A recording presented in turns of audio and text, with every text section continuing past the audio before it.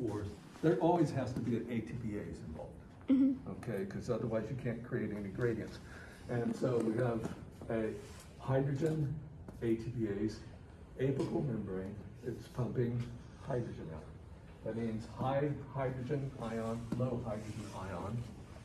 But that's not the main thing that's going to run all these cotransporters, except for one. Because there's also the hydrogen potassium cotransporter. And so what this is doing is because we don't have a potassium ATPase. It didn't evolve. They don't have it, okay? They don't have any way to move that, except for but all through life, from bacteria all the way up to trees and everything, ATP-driven hydrogen ion pumps are common. Yeah, they existed long ago, okay? So this is being used to build up a gradient that can now, through a cotransporter, move the potassium in, okay? So this hydrogen is just going round and around, right? And it's being used to build up a potassium gradient here, and it's also charge, okay? Because we're moving positive charge across here. So this system here is electrogenic, okay? We're creating positive charge here, negative charge there. Then what happens is, well, chlorine just follows the charge, okay? Because so this is just through chlorine channels. And so since we move positive charge over here, negative charge follows. And that's how it's being driven, is by just not by concentration. It's not being driven by concentration, it's being driven by charge. All right? And then we have this beautiful thing, the potassium, chlorine, 2-chlorine, sodium antiporter. The driving force is the potassium, because we've moved potassium over here. Did you? Low potassium here, high potassium there. It's called an antiporter?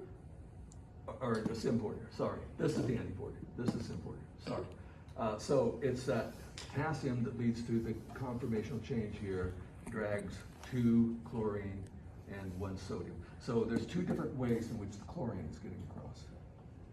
This is not electrogenic because it is bringing in 2 positive charges, 2 negative charges, so it's neutral. So we have high chlorine due to this, high chlorine, and therefore this route is going down a chlorine concentration gradient. This route is a charge gradient, okay?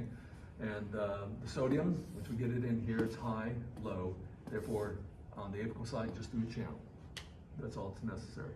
So now that we're moving all this stuff, solute, water always follows osmotically.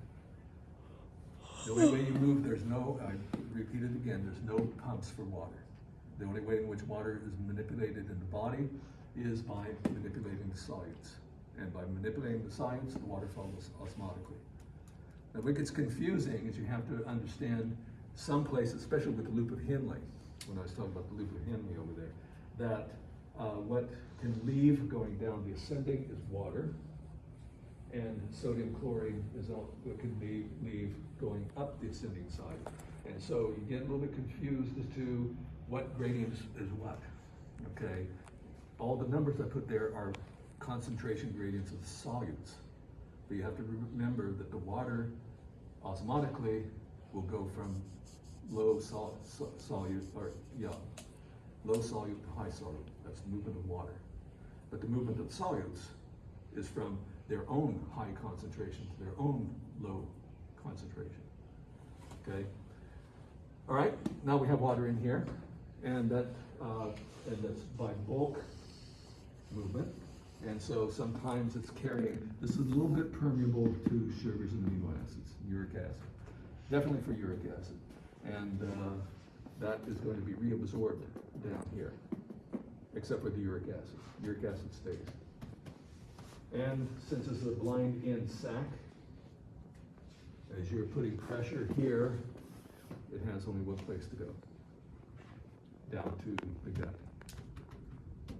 And then the others. And then to that gut, downstream to the rectum, where all these salts in the water are reabsorbed. Okay. And then that other cycle starts, the other one we just discussed. The other one, yeah. Okay. This one here.